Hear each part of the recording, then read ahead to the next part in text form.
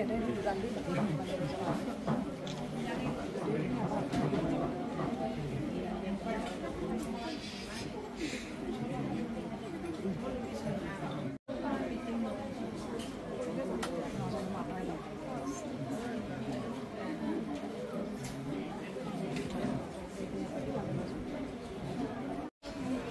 শিল্পী তেখেতক মই বিভাগ আৰু ধেমাজি জিলা প্ৰশাসনৰ সহযোগত অসম চৰকাৰৰ নিৰ্দেশ মতে প্ৰতিটো সমষ্টিত দুটাকৈ কৰ্মশালা অনুষ্ঠিত কৰাৰ সিদ্ধান্ত লোৱা হৈছিল আৰু সেই মৰ্মে জোনাই সমষ্টিত দুটা কৰ্মশালাৰ ভিতৰত আজি এই কৰ্মশালাৰ সামৰণি অনুষ্ঠান। এই 15 দিনত আয়োজক সমিতিৰ লগতে প্ৰশিক্ষকসকল আৰু ছাত্ৰ ছাত্ৰীসকলে যথেষ্ট কষ্ট আৰু ত্যাগ স্বীকাৰ কৰি তেওঁলোকে কৰ্মশালাখন সফল হৈ তোলাত সহায় কৰিলে। গতিকে মই ইয়াৰ লগত জড়িত প্ৰত্যেকগৰাকীলৈ কৃতজ্ঞতা জ্ঞাপন কৰিছোঁ আৰু যিসকল ছাত্ৰ ছাত্ৰীয়ে প্ৰশিক্ষণ লৈ পেলাই এই 15 দিনত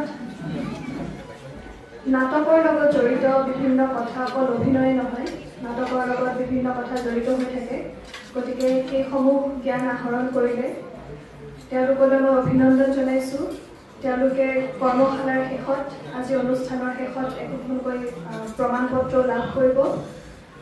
তেওঁলোকলৈ অভিনন্দন জনাইছোঁ আৰু আশা কৰিছোঁ তেওঁলোকৰ এই নাটক শিকাৰ আগ্ৰহ আৰু তেওঁলোকৰ শিকাৰ প্ৰতি থকা আগ্ৰহৰ লগতে চেষ্টা সেইসমূহ আগলৈ যাতে অব্যাহত ৰাখে। কাৰণ 15 দিনত এনেকুৱা এটা কলা সংস্কৃতিৰ বিষয় এটা শিকি শেষ কৰাটো সম্ভৱ নহয়।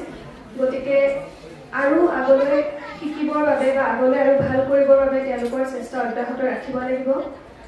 তাৰ বাবে মই ছাত্ৰ ছাত্ৰীসকলক অনুৰোধ জনাইছোঁ আৰু আশা কৰিছোঁ তেওঁলোকৰ এই যাত্ৰা নাটকৰ লগত জড়িত বা সংস্কৃতি কলাৰ লগত জড়িত বিষয়সমূহ শিকাৰ এই যাত্ৰা তেওঁলোকৰ সফল হওক।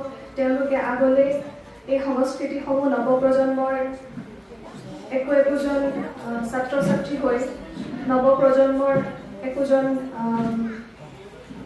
ব্যক্তি হৈ তেওঁলোকে আগলৈ যাতে সফল হৈ উঠে, সংস্কৃতি আগলৈ কঢ়িয়াই নিয়াত তেওঁলোক সফল হওক তাৰে কামনা কৰিছোঁ। ধন্যবাদ।